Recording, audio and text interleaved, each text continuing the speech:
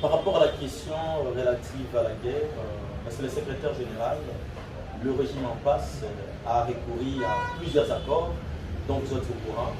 Qu'est-ce que vous avez comme mot à dire par rapport à ces accords qui ont été compris pour quand même trouver la solution sur la situation du pays?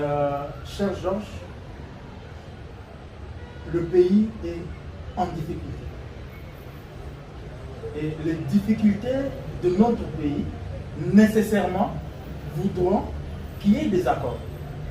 Ça, c'est valable. Il faut des accords. Parce qu'en tant que nation, vous devez vivre avec les autres nations en paix. Ce qui est tout à fait normal. Les accords, même à l'interne, on peut le faire. Ce n'est pas un problème. Mais ce que nous sommes en train de fustiger avec la Troisième République, parce qu'il n'y a pas que ce régime qui fait les accords. Même le régime passé, les autres ont fait les accords. Aujourd'hui, il y a plus de 10 tentatives d'accord. Donc, ces accords sont faits pour ramener la paix. Mais fort malheureusement, il y a des détails que nous oublions. C'est que la paix d'une nation ne repose pas seulement sur les accords. Aujourd'hui, sur le plan international, il est prouvé que vous pouvez faire l'accord et les plus forts viennent piétiner sur l'accord. Donc la seule possibilité de sécuriser une nation, de sécuriser notre nation, avoir la paix, nous ne devons pas seulement nous limiter aux accords, comme si les autres viendront se battre à notre place. Non.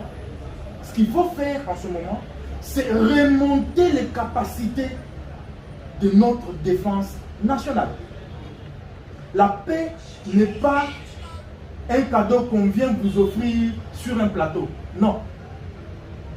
Nous devons être en mesure, et je l'ai dit maintes fois, avant que notre nation n'atteigne son statut de centenaire, nous devons être en mesure de faire face aux menaces actuelles et à venir, qu'elles soient internes ou externes.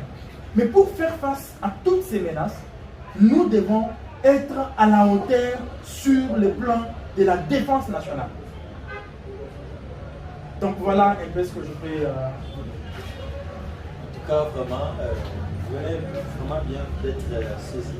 Comme je l'ai dit que l'entame, je ne suis pas venu seul, je ne suis pas seul sur le plateau, je suis accompagné par Madame Jeffrette. J'espère que là aussi, qu'il soit question secrétaire général. Vous avez la parole, Madame Jeffrette. Merci.